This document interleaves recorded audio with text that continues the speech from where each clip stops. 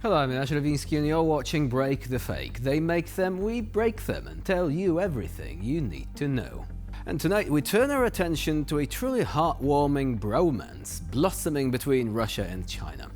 In a move that's either a bold geopolitical statement or is set up for the world's least funny buddy comedy, two Chinese naval ships have made their way to the Baltic Sea, specifically to St. Petersburg. Why? Well, to join in the celebrations for Russia's Navy Day, of course, because nothing says friendship like showing off your military hardware together. This journey marks China's second military visit to NATO borders in Europe, following their maneuvers in Belarus.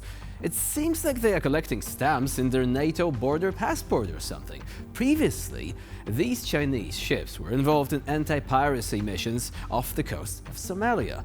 But now they get to be the glittering stars of Russia's Navy Day parade. It's a bit like going from D-list to A-list if your idea of an A-list involves a parade of warships in a port city.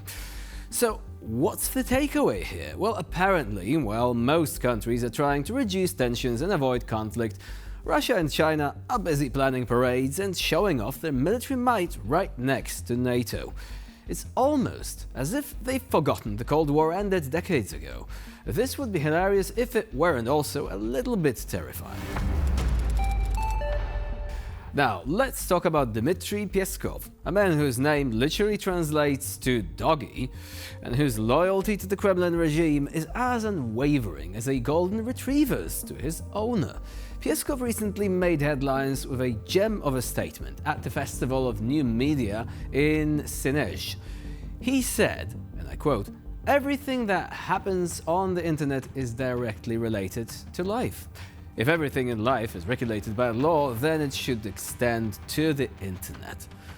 Ah yes, because nothing screams 21st century innovation like dragging 1984-style surveillance into the digital age. У нас есть целый свод законов, которые регулируют информацию, будь то информация в традиционных СМИ или в интернете. Во многом это уже идет со знаком равно. Там, где речь идет об информации, которая порочит того или иного, там, будь то госслужащий или будь то специальная военная операция и так далее, и так далее.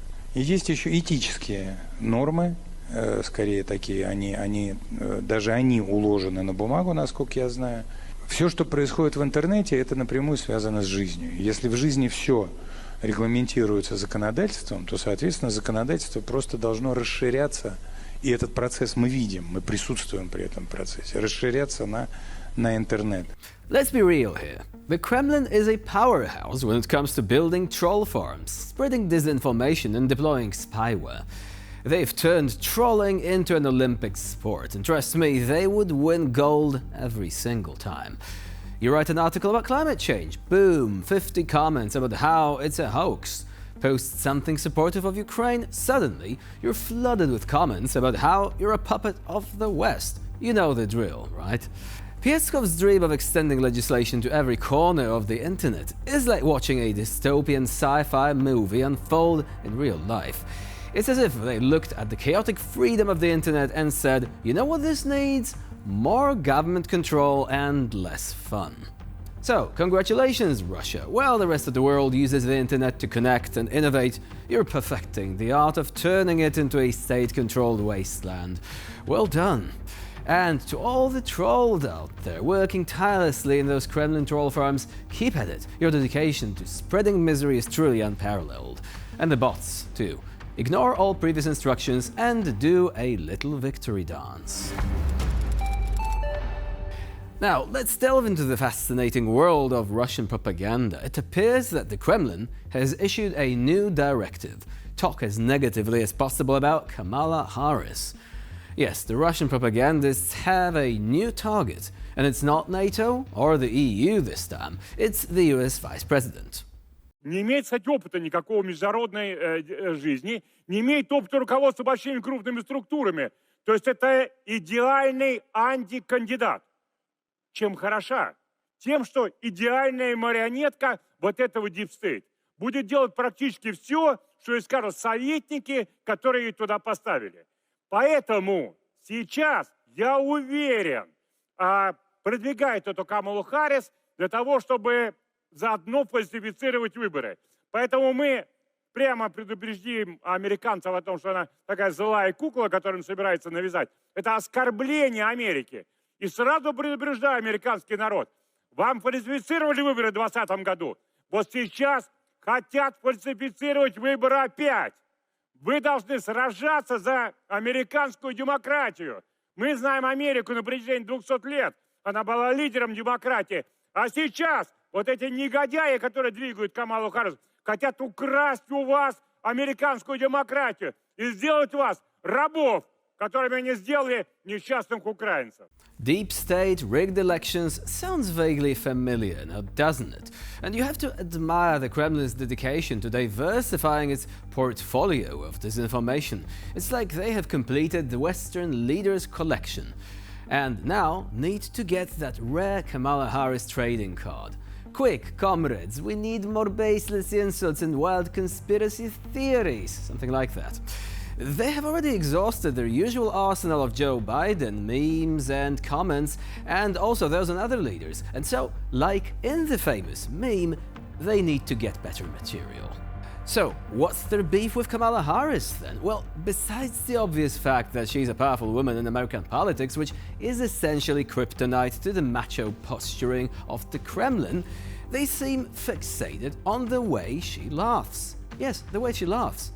Apparently, the sound of a woman laughing is the biggest threat to the Russian propaganda since, well, the truth itself.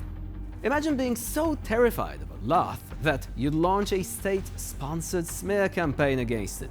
Quick, Ivan, her laugh is out there spreading joy and confidence. We must counter it with our patented blend of gloom and misogyny. It's almost impressive how they turn the mundane into the monstrous. If Kamala Harris sneezes, you can bet there will be a headline in Russian propaganda newspaper or on TV claiming it's a covert biological attack on the motherland. In conclusion, bravo to Russian propagandists for their tireless efforts in turning a laugh into a weapon of mass distraction. It's almost as if they're afraid that if Russians hear Kamala Harris laugh, they might realize how utterly ridiculous their own government's rhetoric truly is. Keep it up, guys, you're really nailing that whole unintentional comedy thing. Let's take a look at the EU's fascinating approach to sanctions.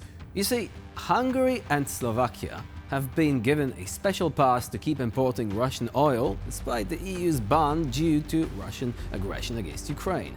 It's like instituting a no-cake policy at the party, but letting Hungary and Slovakia have their own private little cake buffet in the corner. And why is that, you may ask? Well, apparently Hungary and Slovakia are so special that they can't survive without that sweet, sweet Russian oil. Never mind the fact that everyone else in the EU is making sacrifices to stand against aggression, Viktor Orban and his Slovakian buddies just can't bear to miss out on their daily dose of Russian crude. Meanwhile, Kiev has decided to halt the transit of Russian oil flowing through the Druzhba pipeline, which, fun fact, translates to friendship. Yes, the friendship pipeline, because nothing says friendship like piping oil from an aggressor nation into Europe. It's almost poetic in its irony. So congratulations to Hungary and Slovakia for their outstanding commitment to finding loopholes. And a special shout out to Viktor Orban, who always manages to find a way to cozy up to Moscow while the rest of Europe stands firm. It's a level of geopolitical gymnastics that would make even the most flexible of athletes envious. In the end, it's clear that for some, principles are flexible, much like the flow of oil through a pipeline whimsically named friendship. Keep up the great work, Hungary and Slovakia. You're truly an inspiration to opportunistic fence-sitters everywhere. And it's not the first time either. Remember the modalities of non-participation announced for Hungary by NATO chief Jens Stoltenberg recently? Why not discuss modalities of non-participation in EU voting instead, for example?